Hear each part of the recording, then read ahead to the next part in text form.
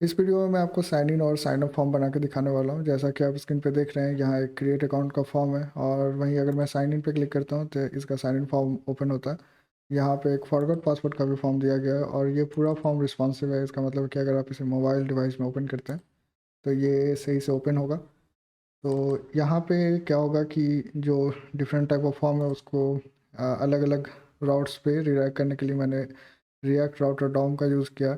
और ये जो पूरा फॉर्म है इसका सोर्स कोड मैंने अपने वेबसाइट पे दे के रखा है। आप यहाँ पे आके देख सकते हैं कि यहाँ से आप इसके सोर्स कोड को डाउनलोड कर सकते हैं या प्रीव्यू पे क्लिक करके आप इस फॉर्म को लाइव देख सकते हैं। तो सबसे पहले हमें रिएक्ट ऑटोडॉम को सेटअप करना होगा, तो उसका कोड मैंने यहाँ पे दे रखा है। और इसके साथ ही मैंने रिएक्ट का जो इनिशियल स्टार्टअप प्रोजेक्ट होता है, आई मीन जो जैसे ही हम लोग रिएक्ट इंस्टॉल करते हैं तो वो कुछ ऐसा ओपन होता है, वो मैंने सेटअप करके रखा है। तो इसके आगे का काम हम लोग करेंगे। सबसे पहले मुझे क्या करना होगा कि जैसे ही मैं सोर्स में आता हूँ तो यहाँ पे मैं एक फ़ोल्डर बना लूँगा पेजेस के नाम से।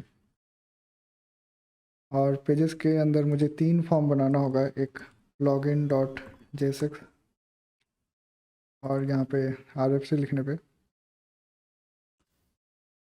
ये लॉगिन आ गया। और इसके साथ दूसरा जो फॉर्म आएगा वो आएगा रजिस्टर डॉट जेएसएक्स और एक आएगा फॉरगॉट पासवर्ड डॉट जेएसएक्स।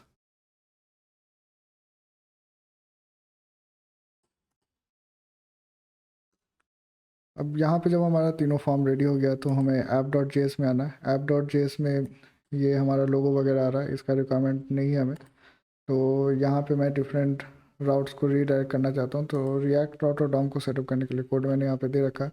आपको बस इसको कॉपी करना है और यहाँ पे लाके आपको पेस्ट कर देना है। कंपाइल होने के बाद हमारे पास एक एरर आता है कि रिएक्ट राउट और डॉम नहीं मिला है। तो आपको क्या करना है कि इसको कॉपी कर लेना है और न्यू टैब में आपको npm इंस्टॉल और जो आपने कॉपी किया था उसको पेस्ट कर देना है। तो हमारे पास रिएक्ट राउटर डॉम जो है वो इंस्टॉल हो जाएगा।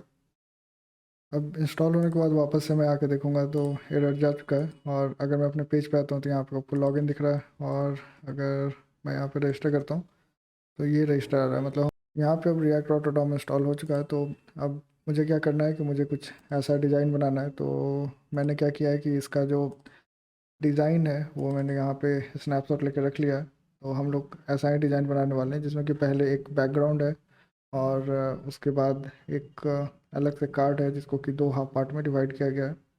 तो इसके लिए चाहिए होगा हमें 2 इमेजेस। जो इमेजेस मैंने पहले से रखा है तो मैं आपको दिखा देता हूँ। ये वाला वो इमेजेस है, अगर आप सोर्स कोड को डाउनलोड करेंगे तो वहाँ पे आपको मिल जाएगा।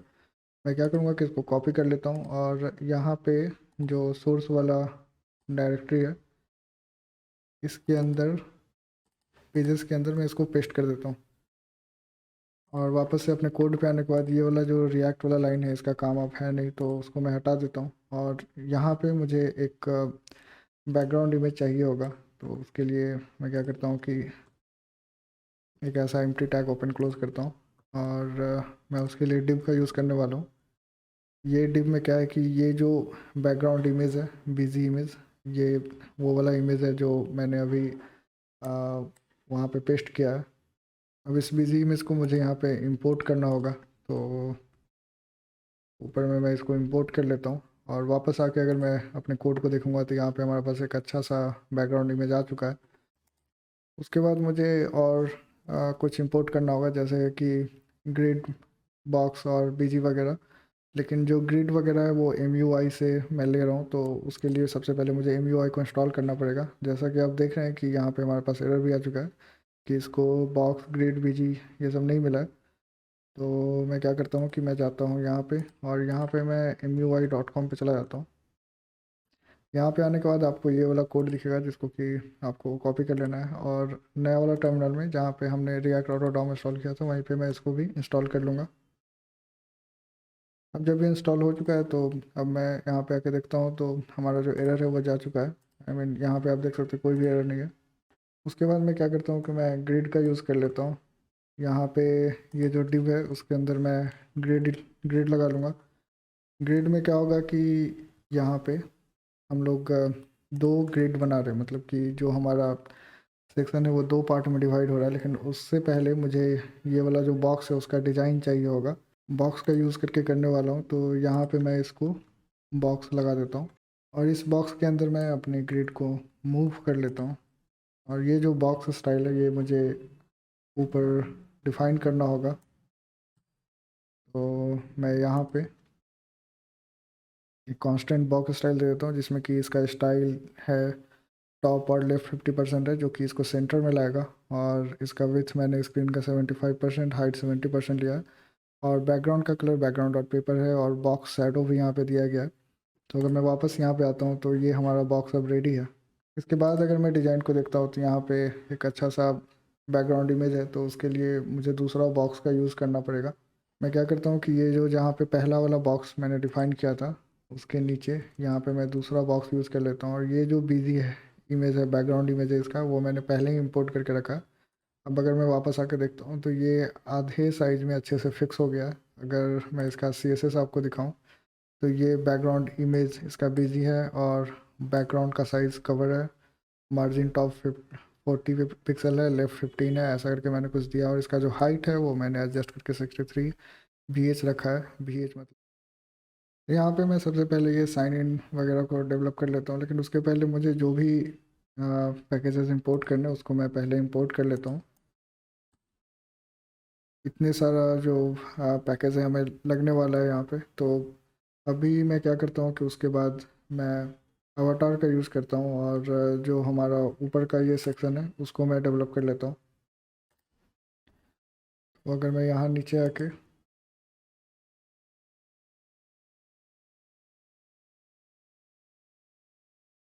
अब आप देखेंगे कि यहाँ पे मैंने अवतार वगैरह का यूज़ किया है और एक यहाँ पे सेंटर इसको नहीं मिला है जो कि ये है।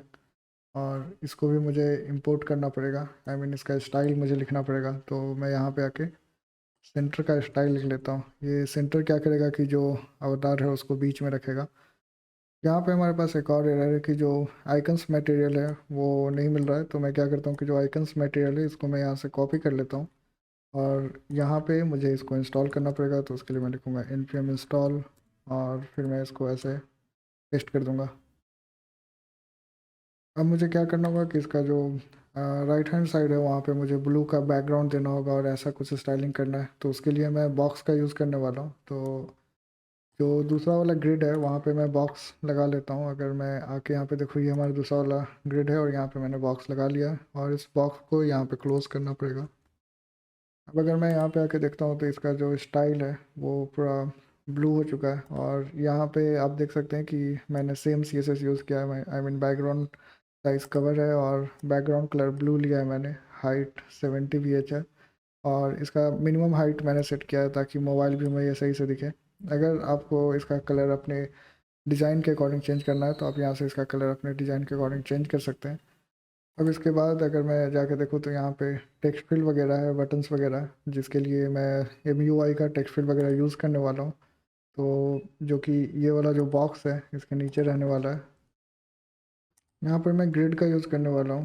तो अगर आप देखें तो मैंने MUI का टेक्स्ट फील्ड यूज़ किया है जो कि जिसका नाम ईमेल है। और अगर मैं यहाँ पे आके देखता हूँ तो ये ऐसा दिख रहा है।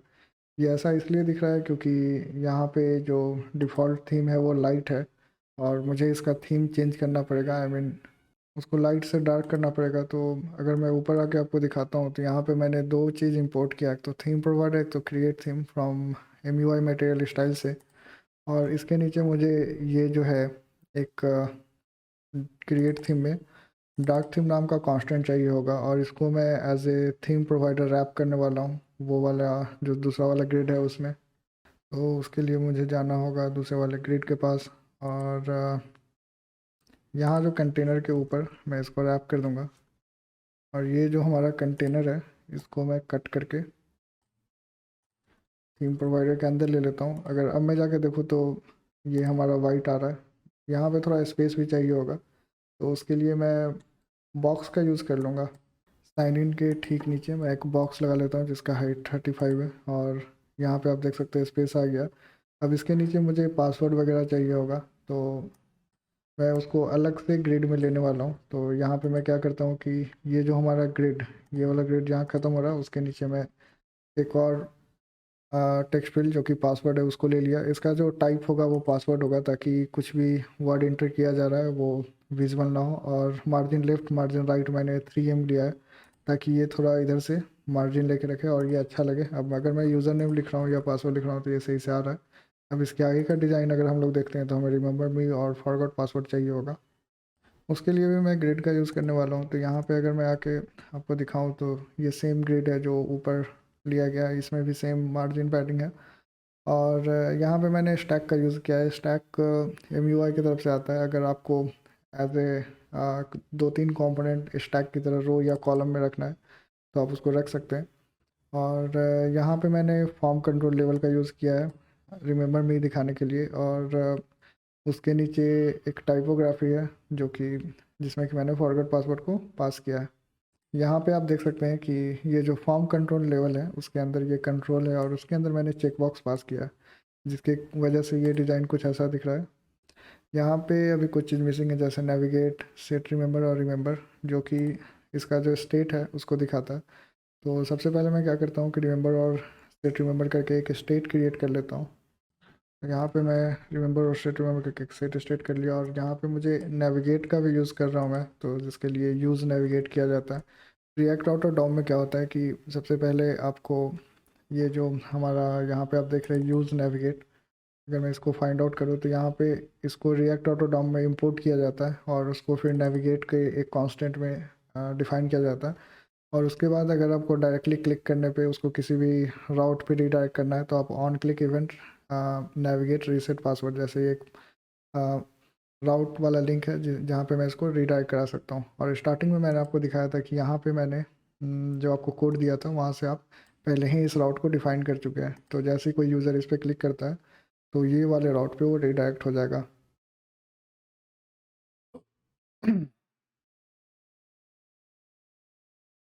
अगर अब मैं आके देखूँ तो आ, मेरा जो डिज़ाइन है कुछ ऐसा दिख रहा है। और अगर मैं फॉरगॉट पासवर्ड पर क्लिक करता हूँ तो ये फॉरगॉट पासवर्ड वाले राउट पे चला जा रहा है। तो इसके बाद का जो डिज़ाइन है नीचे मुझे बटन लगाना होगा और क्रिएट एन अकाउंट वाला लगाना होगा। तो मैं वापस जाता हूँ यहाँ पे और इसके नीचे जो हमारा ग्रिड है उसके नीचे मैं बटन लगाने वाला हूँ। ये रहा हमारा बटन। और ये जो बटन है इसका टाइप सबमिट है और वेरिएंट कंटेंट है। इसका साइज़ मैंने लार्ज रखा है और जो इसका फुल विड्थ है वो ट्रू है, मतलब ये जितना भी विड्थ है उसको कवर करेगा। और लेफ़्ट और राइट से मैंने 5 EM का मार्जिन रखा है। और इसका बॉर्डर रेडियस मैंने दिया है ताकि इसका जो डिज़ाइन है थोड़ा अच्छा दिखे। और बैकग्राउंड कलर मैंने ऑरेंज का रखा है। तो अगर मैं यहाँ पे आके देखता हूँ तो हमारा जो बटन का डिज़ाइन है वो आ चुका है। अब इसके नीचे हमें ये नॉट येट रजिस्टर्ड वाला चाहिए होगा, तो मैं ये वाला ग्रिड के नीचे वो लगा लेता हूँ। यहाँ पे फिर से मैंने स्टैक का यूज़ किया है क्योंकि यहाँ पे नॉट येट रजिस्टर और क्रिएट अकाउंट को एक रो में दिखाना है, जो कि स्टैक का डायरेक्शन रो है। और इसके बीच में स्पेसिंग 2 दिया गया है। और यहाँ पे इसका वेरिएंट और कंपोनेंट होता है जैसे आप टाइपोग्राफी यूज़ करते हैं। और इसके साथ मैंने स्टाइल का यूज़ किया है मार्जिन टॉप देने के लिए। और ये वाला जो है मैंने स्पेसिंग के लिए यूज़ किया है। तो अगर मैं आके डिज़ाइन देखूँ तो ये कुछ ऐसा दिख रहा है। और अगर मैं क्रिएट अकाउंट पे क्लिक करता हूँ तो रजिस्टर पे जा रहा है। तो हमारा लॉगिन फॉर्म अब रेडी है। अगर इसमें आप रजिस्टर का लगाना चाहते हैं तो आपको ये वाला जो पूरा है इसको कॉपी करना होगा और रजिस्टर पे आके ऐसे पेस्ट कर देना होगा। कंट्रोल फाइंड एक्सपोर्ट करना होगा। यहाँ पे लॉगिन को आपको रजिस्टर में चेंज करना होगा। अगर अब मैं आके देखता हूँ तो क्रिएट एन अकाउंट पे गया तो रजिस्टर पे भी सेम आ रहा है। यहाँ पे साइन इन की जगह पे मुझे क्रिएट एन अकाउंट लिखना होगा, कुछ कुछ चेंजेस करना होगा और हमारा रजिस्टर वाला रेडी है। फॉरगॉट पासवर्ड में भी आपको सेम कॉपी पेस्ट करके ये वाला लिंक लगाना होगा। बस इतना करने के बाद आपका डिज़ाइन बिल्कुल रेडी हो जाएगा। तो मैं बैक कर लेता हूँ और लास्ट में मैं आपको स्नैक बार के बारे में बताना चाहूँगा। अगर आप यहाँ पे स्नैक बार को सर्च करते हैं तो ये क्या करता है कि आपको ऐसा कुछ अच्छा सा मैसेज वगैरह अगर आपको दिखाना है तो आप ऐसे दिखा सकते हैं। तो यहाँ पे MUI में आपको स्नैक बार दिखेगा और जैसे ही कोई एरर आता है या बटन पर क्लिक करने पे साइन ऑफ होता है, कुछ भी आपको दिखाना है तो आप स्नैक बार से दिखा सकते हैं। तो उसके लिए सबसे पहले मुझे इसके कोड को देखना होगा। तो कोड में क्या है कि पहले स्नैक बार को इंपोर्ट करना है और फिर उसके बाद कुछ उसका स्टेट है और वर्टिकल हॉरिजॉन्टल टाइप का डिफाइन है। और स्नैक बार को हम लोग जहाँ मन है वहाँ पे लगा सकते हैं। तो मैं अपने कोड पे जाता हूँ और यहाँ पे मैंने स्नैक बार को पहले ही इंपोर्ट करके रखा है। यहाँ पे मुझे एक और चीज़ इंपोर्ट करना होगा जो कि अलर्ट है। अलर्ट क्या करता है कि अलर्ट में आप डिज़ाइन वगैरह पास कर सकते हैं, और ये जो अलर्ट है वो भी MUI अलर्ट की तरफ से आता है। आई मीन वो भी मटेरियल UI का ही पार्ट है।